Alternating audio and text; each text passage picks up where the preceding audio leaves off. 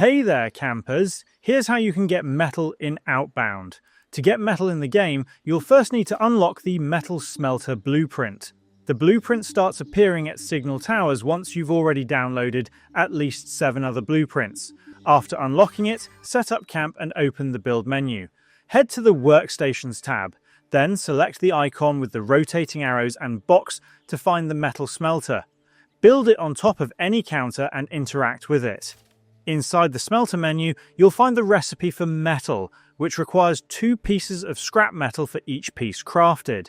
Simply select the recipe, queue up however many metal pieces you want to produce, then press this red button in the center to begin the smelting process. Once production is complete, collect the metal from the smelter's output window.